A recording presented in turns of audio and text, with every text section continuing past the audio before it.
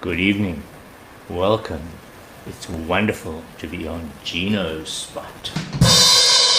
Relax, sit down. Coming out of PE town. One drink, find a shot. Never mind your liver, get to Gino's spot.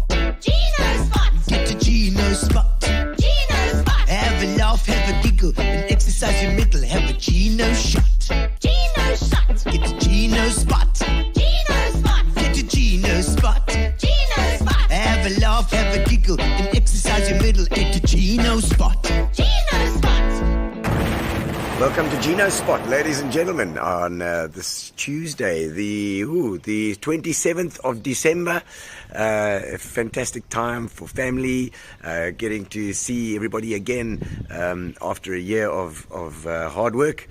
And we have been touring. It's been fantastic. Our Super Lekker Summer Tour has been going very well. Our next stint is going to be on the 29th of December, so don't miss out. 29th of December at the Red Apple in Bushman's River. We're going to be heading to Bushman's, which is real fun. I think it's the first time we've done something there, and we're going to be doing the songs that rocked our world, of course. And then on the 4th of January, we're also going to be at the same place, Bushman's, and of course Old Year's Eve. I'm in Bequeni this year, which is going to be great fun. And thank you to our sponsors, to Fitch and Leeds, to Spa as well. Spa, Roseanne, Stapes, the guys that have really been supporting us throughout this entire time, and keeping Gino's Spot going. Thank you to Spa, like I said, Fitch and Leeds, Amobia, our internet service provider, always saying thank you to them for supporting Nicola and for the year, for another year of Gino's Spot. We've had an interesting year. It's been fantastic. Some amazing guests that we've had on, and Gino's Spot has kind of taken on a new path, and I think it's good fun. It's pretty much, we've got to keep our community going, got to keep our community motivated, and keep us together. Make contacts, get our contacts together. Make sure that we can, as the Eastern Cape, just move forward as one. And we hope to get some crazy guests on this year as well. Some amazing people, some entrepreneurs. We've got all sorts planned for this coming year as well. So we are not giving up. We are going, and we are heading into the new year, 2023. So enjoy your New Year's. Wherever you are, drive carefully. Make sure that it's a marathon. Don't overdo it. you got to get through the whole season. We'll see you next week. Gino's Spot. At the moment, see, you went to Namibia. You're doing these welcoming the whale festivals. So you follow them down. I remember when we went out, we had to go quite far out, almost like to the wild side. Yeah, that's right. Because they sometimes bypass. Yes, sometimes bypass. When they're doing their northern migration, which is I think when you were on, so they're coming to Cape Recife, and they don't come into the bay. They go straight across to Bird Island because they're trying to get to where they're going. Females need to calf, okay, and the males have swum 8,000 kilometers for sex. For a bit of sex. So a bit of Mickey Nyam Nyam. So when he gets there, they're like, no headaches, please. They don't know this. I want it, and I want it now. And I'll sing you this cool song. Yes. And they sing the song, and then they pop. So they do a sing song. It's a sing song. So they're all in a rush. They're all in a rush to get there. Once he's had it over, the testosterone levels down. Okay. So it's amazing how they have to get there. They got to get there. That's the spot. It's like date night, baby. That's right. If you imagine trying to get an erection in 2 degrees Celsius water, it wouldn't happen. It's quite difficult. Yes. They need the water. It's 30 degrees, 30 degrees up there. Up there, Equator. Yeah. 30, 32.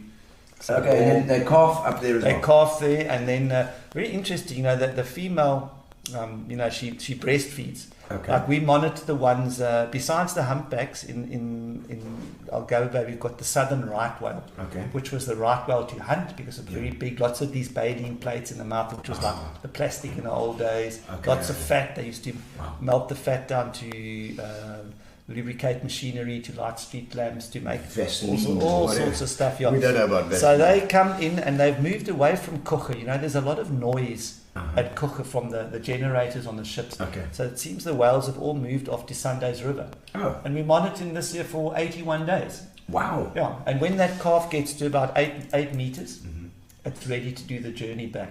Okay. I think that mother that's come here that hasn't eaten, Wow. no eating on the way here, Really? birth, Yeah. breastfeeding, couple of 100 liters a day. That milk is like, it's almost like 90% fat, a huge fat content. Really? It's like toothpaste. So it actually squirts that milk from the nipple Yeah. into the calf's mouth.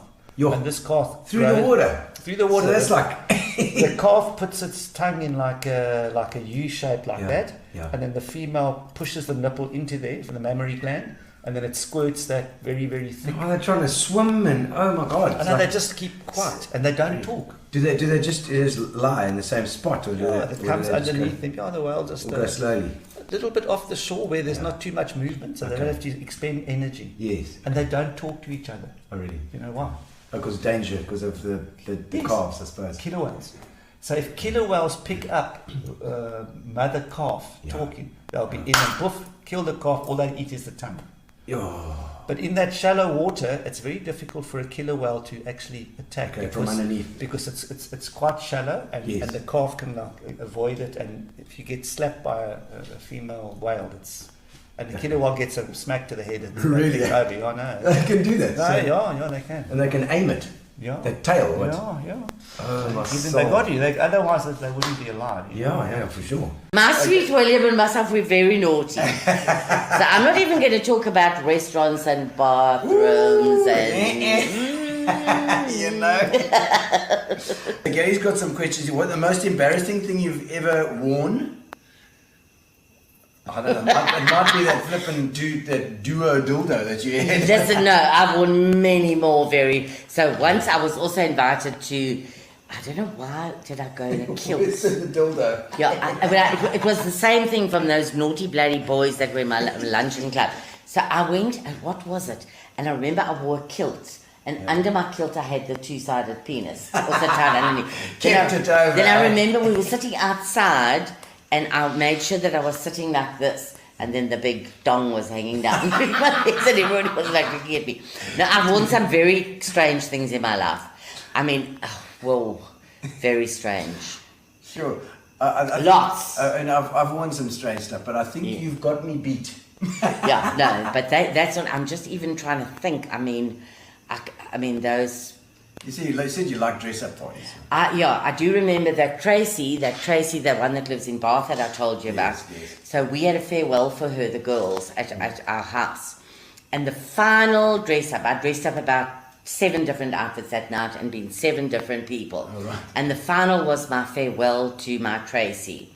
So I remember saying to my daughter Angie, okay, this is very rude, am I allowed to say Yes, this? you can say rude. Angie, put Vaseline all over my cookie, all over. Then I sprinkled it all with glitter. Then I put Vaseline on my nipples and sprinkled that all with glitter. Then I had a see-through piece of chiffon that I waved around my body like that, but with all the glitter showing through. I mean, all my staff were there. Then I came through and did a song to my darling Tracy. I mean, really, poor girls that had to witness that. But I think that's most probably one of my worst. Okay, Completely yes, see-through with glitter. That would take it from Yeah. me. That would take it from Yeah. me. All right. So Yes. yeah, but I did do quite a few TV ads. The one that went all over South Africa, it was massive billboards all over South Africa, was for Benson and Hedges cigarettes. Yes, was it Fires that was talking about the Benson and Keith? Casey, Casey, tell me about yes, your yes. Benson and Hedges ad. Yeah, we did. Yeah, geez, that was all over. I mean, I think that thing was shot in about 1992. Yeah.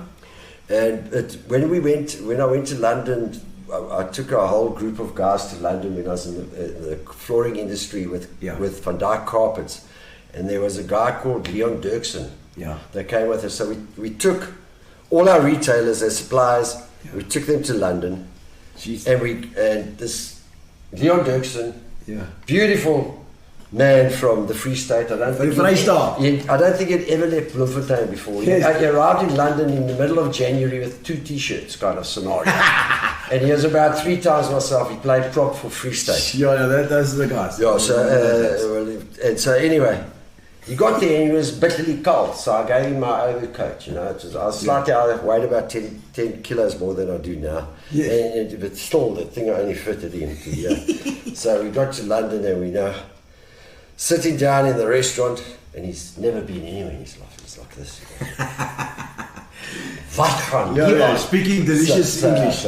So anyway, after the chess, we're in this restaurant, and what are liver and onions and mash. Yeah. So that's what I order. I say, Leon, what you like? He says, no, whatever you having. Yeah. Because he doesn't know.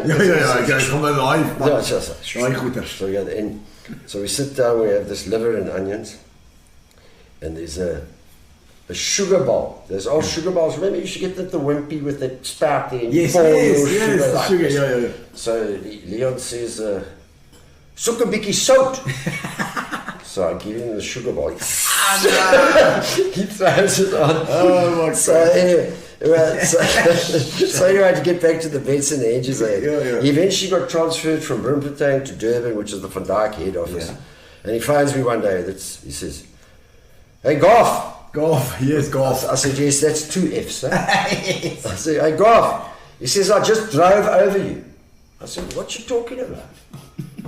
He says, no, Goff, I just drove over you on the highway here. He says, they've got a big billboard of you. And it's blown over. They've got a hurricane. And it's blown over and it's lying on the highway. And it was the Benson Hedges ad, and he drove over me. What was quite interesting, but it was frightening as well, was when I faced Mike Proctor for the first time. I couldn't believe anybody could bowl as quickly as him and swing the ball as much as he did. Unbelievable. On the wrong foot, eh? When he used to whip that arm around. And it's like flying past you, you know, and playing and missing all day long, sort of thing. That stands out. And interesting people sometimes. You know, there's a guy called Johan de Bruin who played a lot for the Springboks. Yeah. And he only had one eye. The other one was a glass eye. And he took it out one day to show me what it looked like. Really? Go I came close to fainting. Check you.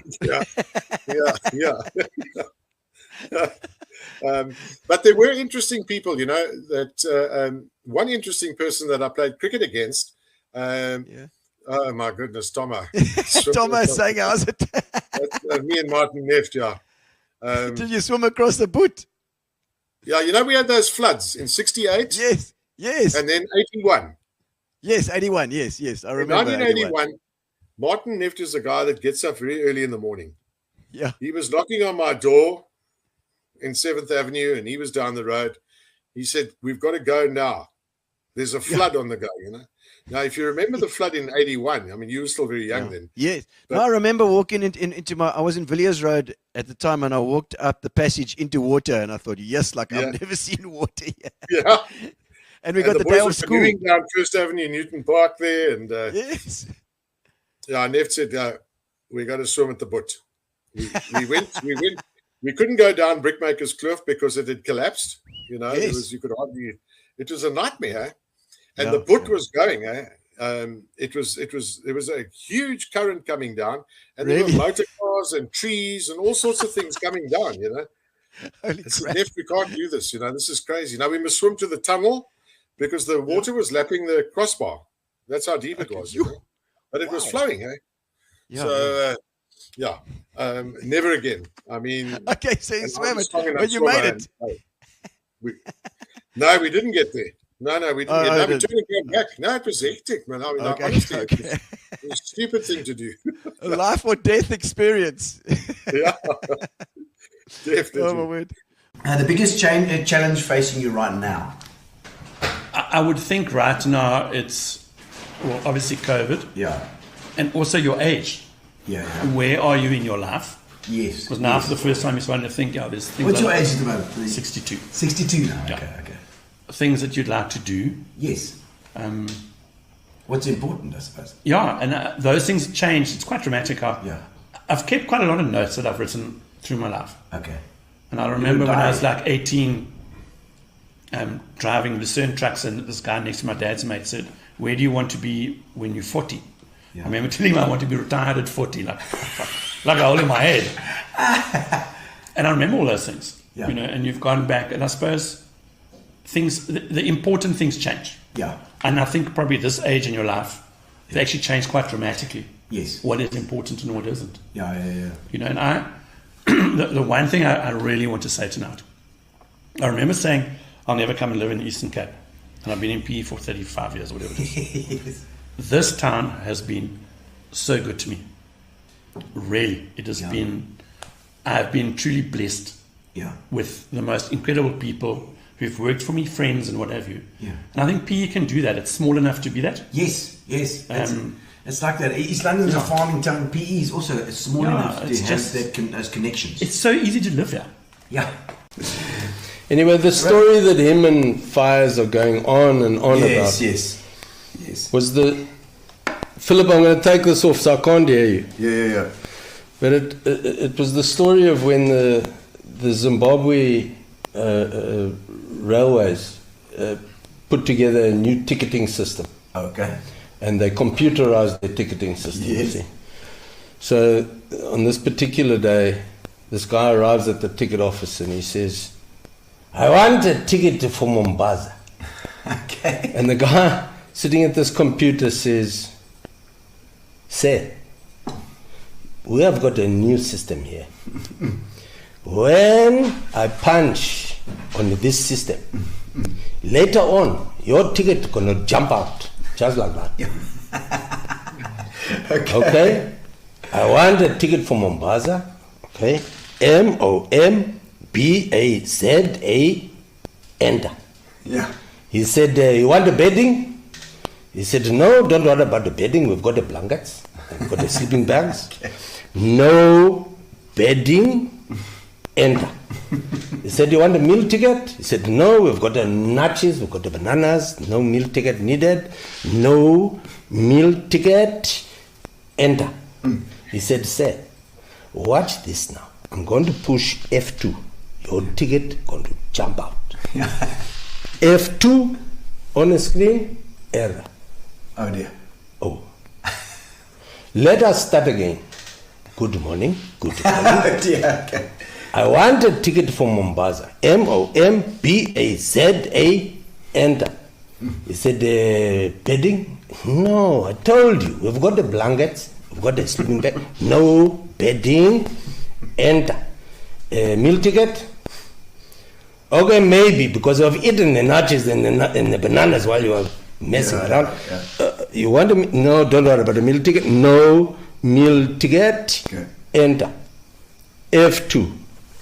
Error. Jesus. Where is this Mombasa? He said he's waiting in the car for his ticket.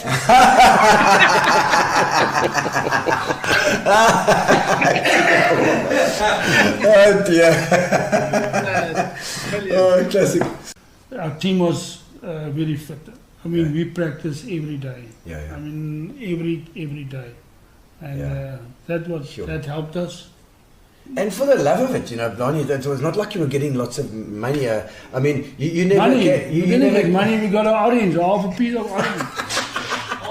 You didn't used to carry around bags of money like this oaks for the World Cup soccer, the oaks. You didn't have And that the sort of rugby stuff. now. Yeah, the rugby. So you never saw that sort of stuff happening there, that bags of money stuff. Now, when I played for the Springboks, if we play against the All Blacks, say for instance at Alice Park, we get together on the Wednesday. Yeah. So it's Wednesday, Thursday, Friday, Saturday, Sunday. It's 5 days, 100 rand a day. So it's 500 rand. Sure. Okay. For the weekend. If you're playing on the coast in Cape Town, PE, Yeah. you're only allowed to get together on a Thursday. Yeah. Okay. So it's at 400 rand. Yeah. So we never had a chance, and these guys are coming together now a month, 2 months before. Yeah. And they practice and they get together, they do the whole thing, but it's and our team, science. Our team, you're only allowed to announce a team a week before the test match. Okay. So you can't practice before. With the same lineup. Yeah. No, that was, that they were so strict about it. Yeah. So The yeah. amateur thing, because I mean these days it's all about the sponsorships. You get together on a Thursday. Yeah. What can you do? I mean, you can't let the guys run like that. So you have to do a game plan. We also had a game plan. Okay. These guys think they got had a game. But they haven't got a game. We also had one. And so on a Thursday, you go through your moves and your stuff. And Saturday you have to play. You know, my boys turn 21 and then they can pick 3 things they want to do with me. Yeah. So my oldest son now, I've got to go surfing with him and I've got to do a CFA with him. Okay. I mean, goodness gracious, to become a certified financial analyst at my age. Geez, You know, the papers are like this, and you ask me what my hobbies are. My hobbies now trying to pass the CFA and learn how to surf, you know. So, but it's all part. I mean, when we turned, one of the nicest things I've done in my life is when I turned 50, we took 100 days off. And it was just incredible. 100 days? 100 days. Out of your year? You know, that's a third of your year? Yeah. So I'm a bit... I like numbers, so I like the meaning of numbers. So turning 50 times 2, 100 days off. And we went traveling and learned to do headstands and a few things and a few other things.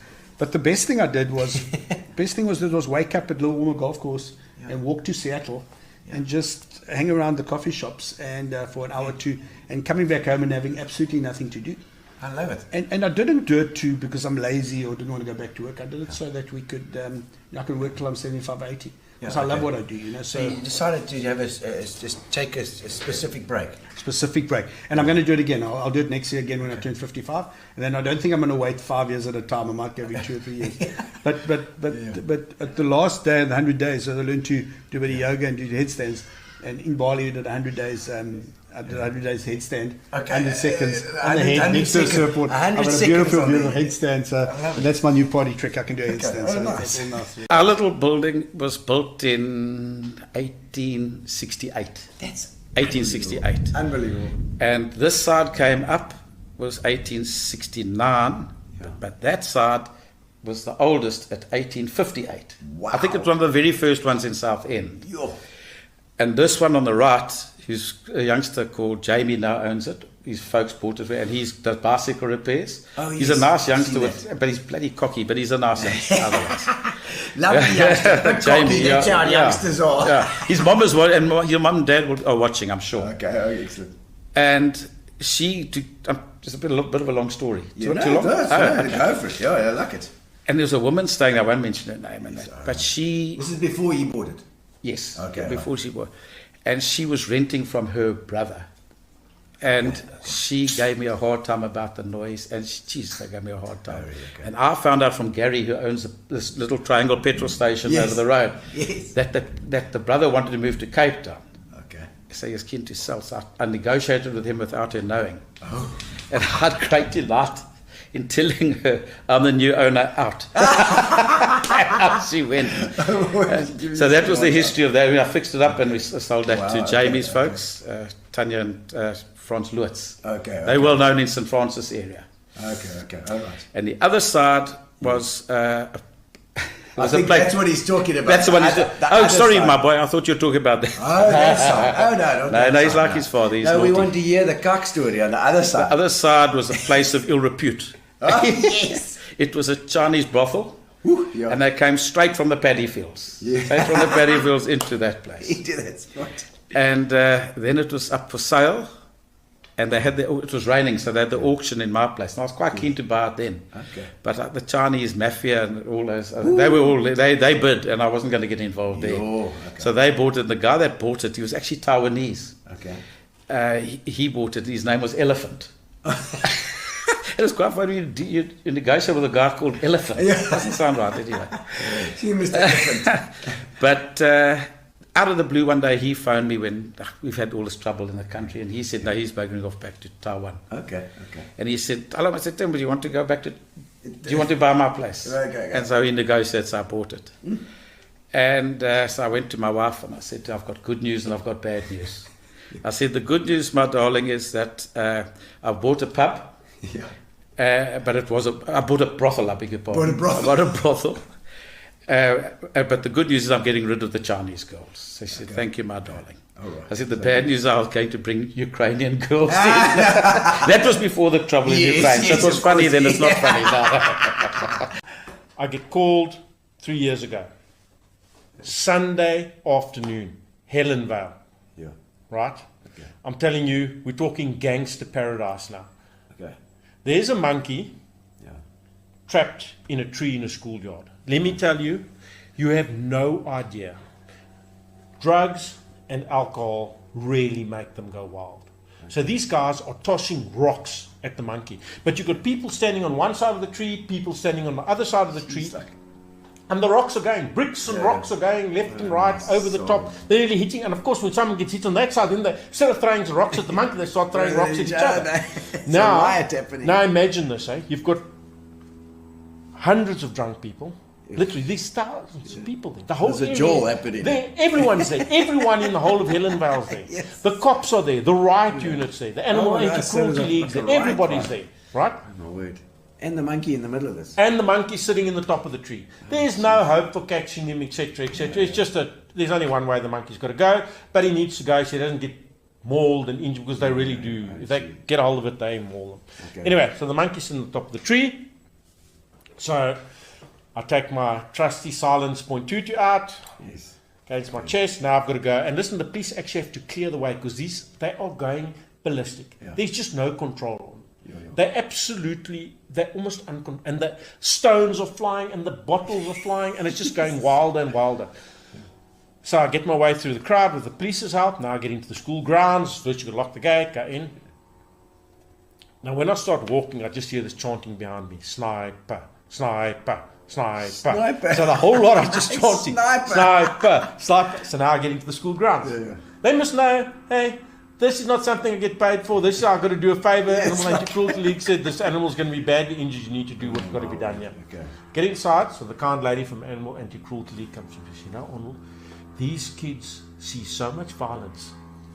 Can we not? I said, listen, the monkey's on the top of the tree. There's nothing I can do. You know, the monkey's not going to come any lower. He's going to stay right up high there. I've got to take him up from the top of the tree. Anyway, now it's getting even wilder, and there's a hum and everything. She says, listen, can you not do it in a way that they can see nothing? I said, no, it's impossible. I mean, it's an open school field, one tree, 5,000 people around, banging against the thing, throwing rocks and bottles. What can I do? So I take a nice rest on the side of the building, aim, beautiful shot, headshot, the monkey drops out the tree.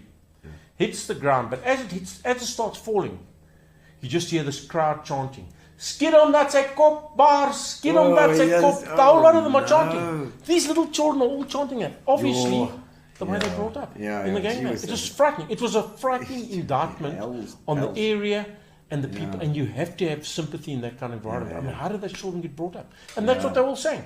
You know, forget these children are not used to violence. I must say, the fishing gods have been good to me. I've had a lot of luck. I've got a lot of beautiful fish in my time. And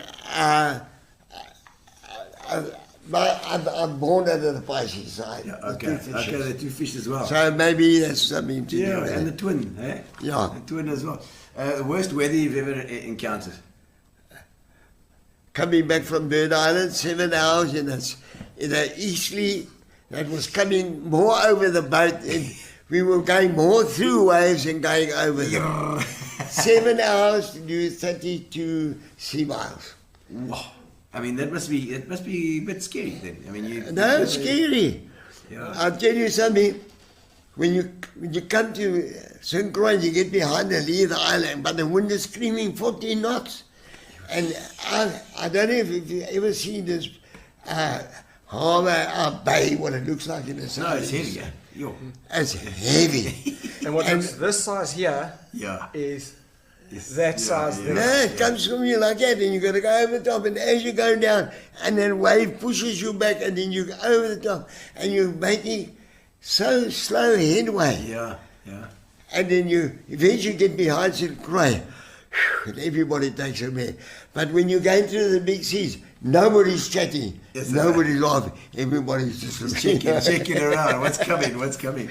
I mean, must be big. There must be big sea. That I mean, no big sea. Probably, you know, we that's the worst year I've ever been in, other than in Cape Town. So we've had some fun experiences on the boat, and we've had some scary experiences on the boat. Hairy, man. I remember we went out fishing the one day to what we call the Crayfish Banks, which is south of Cape Recife. Okay. We used to fish in 110 meters of water. So we used to let out sometimes up to 300 meters of anchor rope out in order to anchor on there.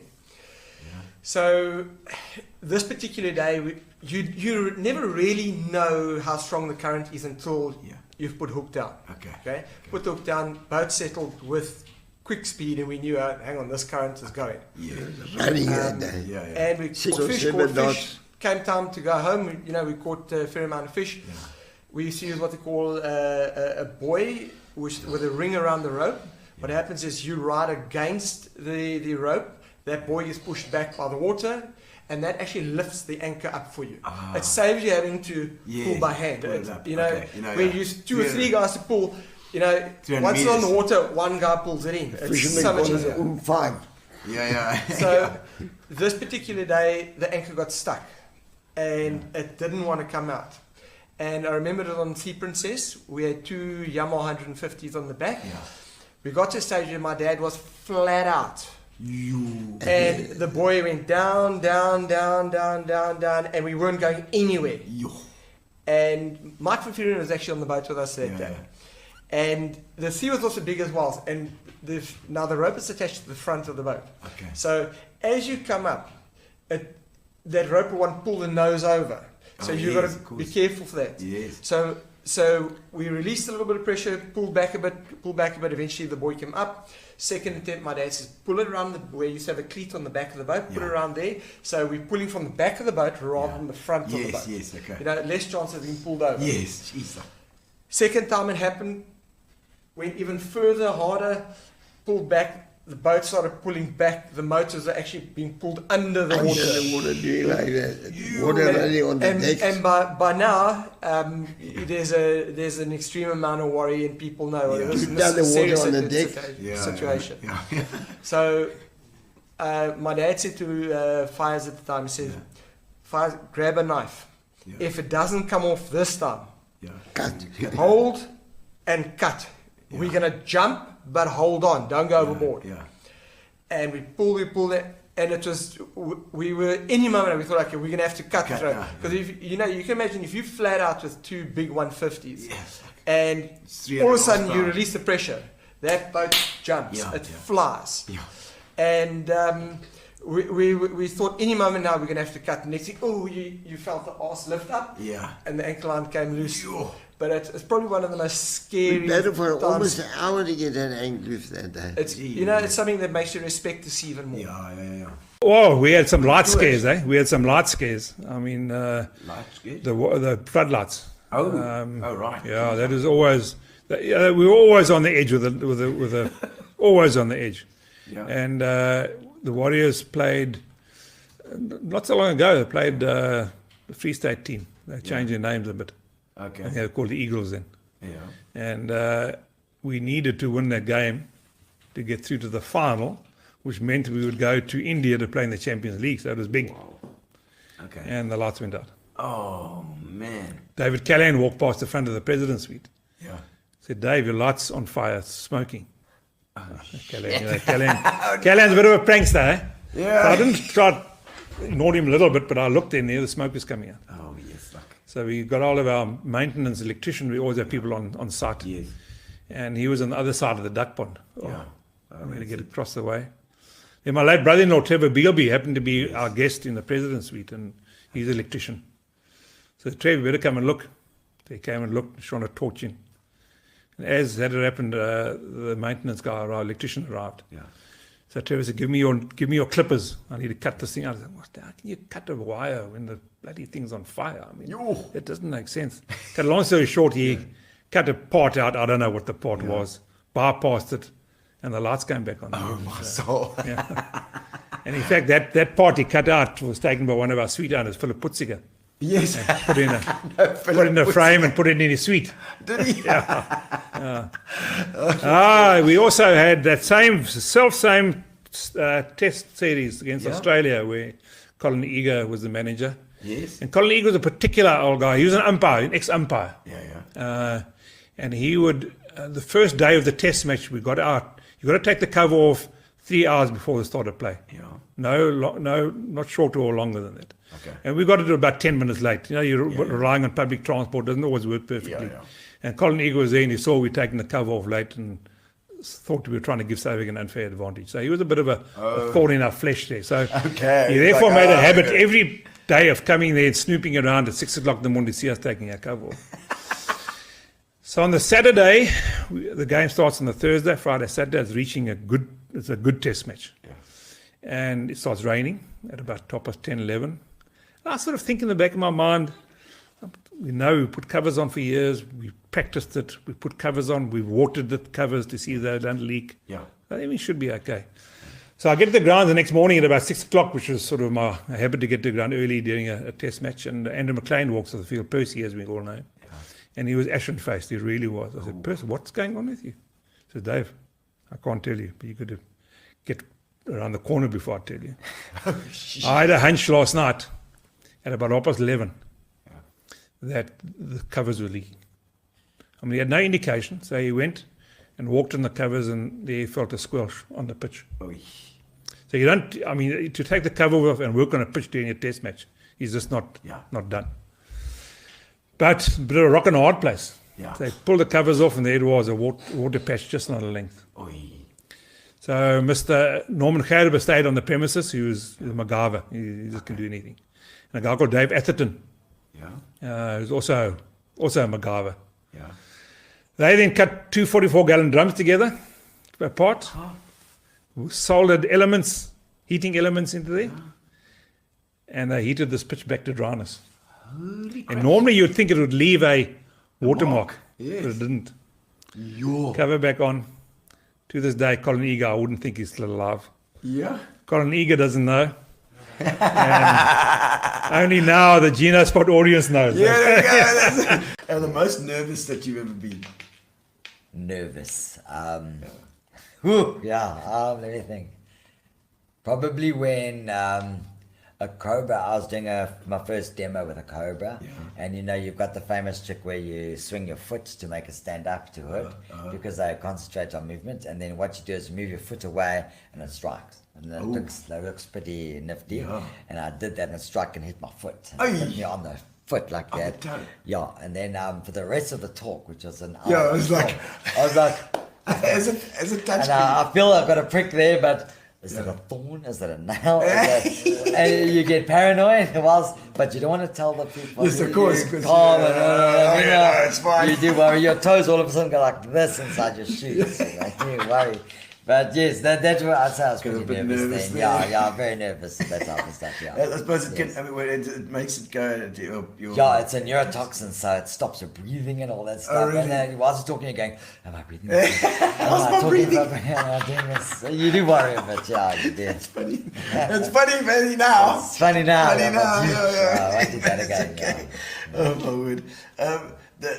What about the luckiest thing that's ever happened to you? The luckiest thing was a cobra that bit me on the nail on my toe once. So it didn't go in. I can't confirm it actually did that, but in my opinion it did that. Okay. Also, my first ever encounter with a parrot in the wild. I was walking and I stood on it, on the parrot, and it bit all around my leg. I was about 30 k's from the nearest car, on foot.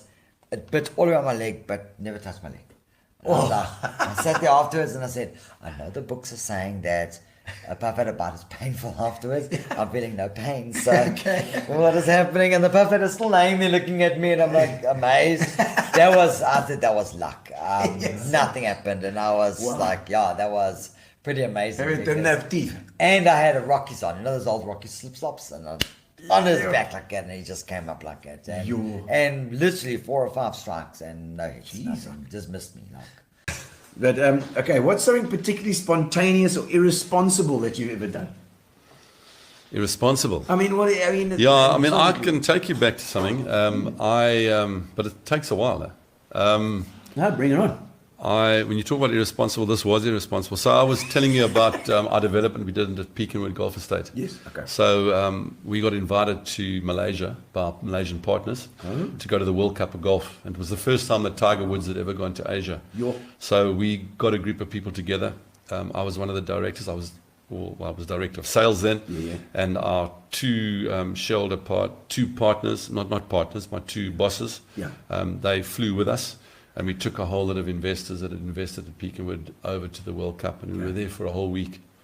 So this is properly irresponsible. And we got to the week, and we spent 2 or 3 days doing our thing and watching the golf. And I was obviously, because I was in charge of sales and marketing, I was looking after all our guests. Of course, you had to stay up with them. I had to stay up with the guests. And sure the next, I remember, obviously on the Wednesday of the week that we were there, we were going to have a board meeting and with our Malaysian partners. And now you must understand the Malaysian partners, all these Chinese guys and Malaysian guys waiting at the top of this building and where the boardroom was. And I took my guests out on that Tuesday night, and obviously it got a little bit out of hand. Came back to the hotel, and I put my alarm on and thought, I've got to be at the meeting by 8 o'clock. And the hotel was here, and it was the Mines Resort City, so very much like Sun City. These guys had developed it, and on the 10th floor was a building across the way from this. It was an old mine filled up with water. So I had to get from the hotel across the water to the building and go up to the 10th floor for the board meeting. And board meeting started at 8:30, and I can remember waking up at 8:15. Now I'm thinking, well, what am I going to do here? So I quickly got dressed. I was unshaven, and got into the ferry, ferried myself across the lake, got to the other side, into the lift, up to the main floor, walked in there, and the secretary was waiting. She said, "Are you joining the meeting?" And I said, "Yes."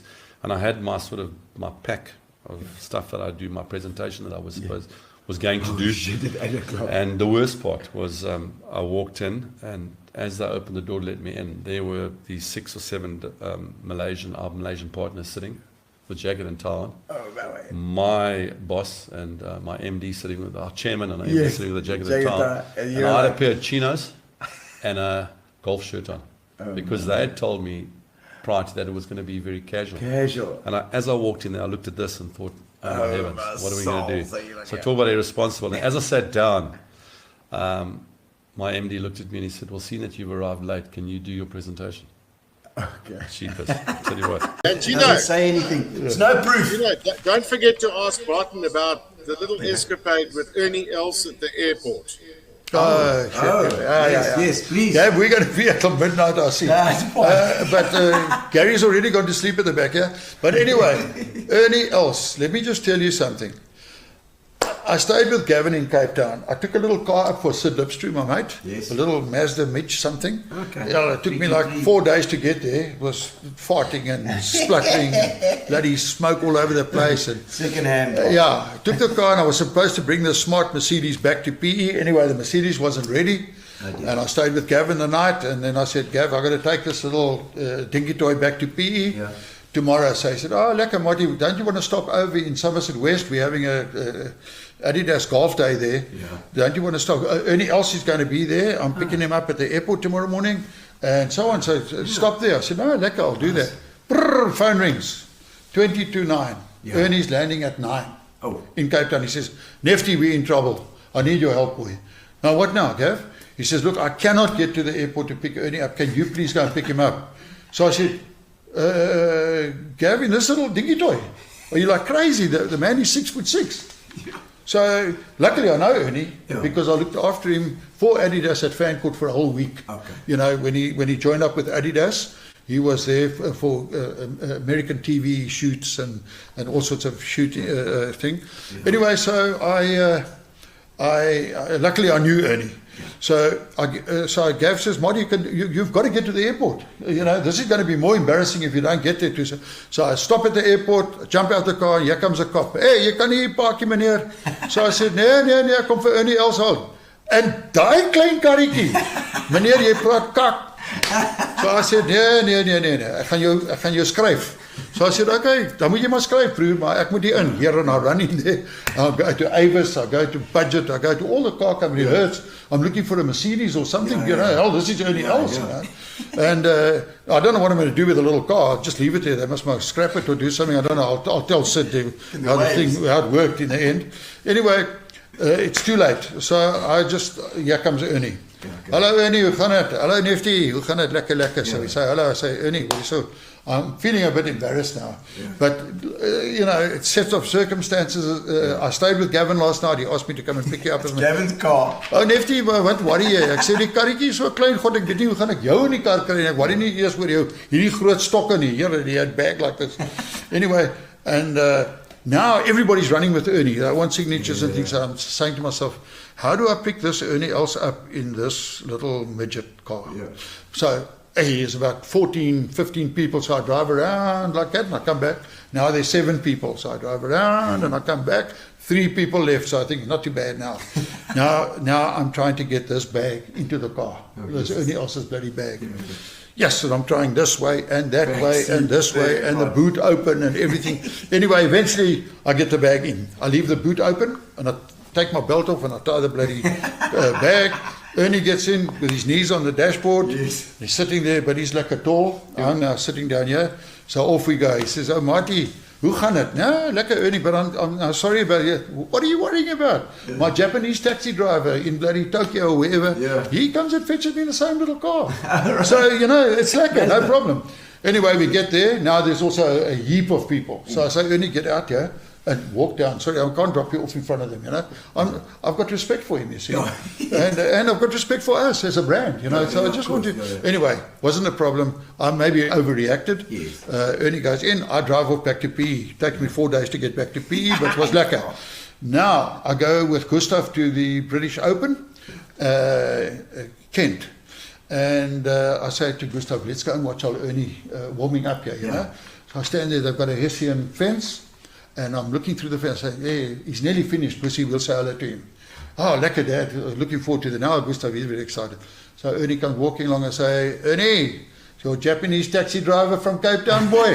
So he goes, he takes a fence and he pulls it down like that. Hey, Nifty, how are you, man? You know, Gustav just, his eyes lit up like that. It was so lekker, you know. Okay, so anybody who doesn't know, I'm, believe it or not, I turned 50 in July last year. So, I've had quite a big year, so not only have we moved to Port Elizabeth, I got married, and we had a beautiful daughter last October, on the 8th of October. She's just into everything. She's so curious, and we wanted to bring her up that way. She's in South Africa.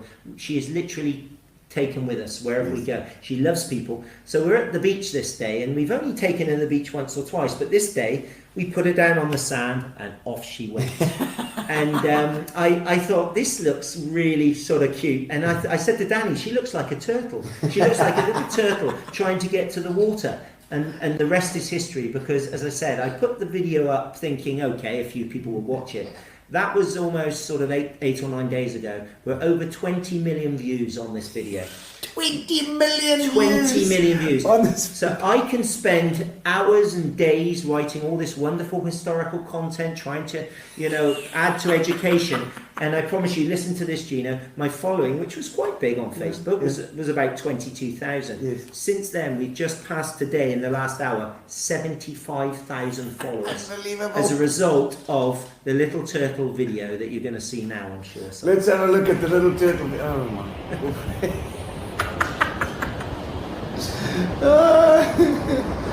So again, what she needs is a helmet and a camouflage, and she'll be going through the jungle. But you watch her speed up now. She looks good. She thinks, shall I go for it? And then she speeds up. This is the thing, she's thinking. Am I going to go for that scene? Yes, I am. And you watch the speed. All right then.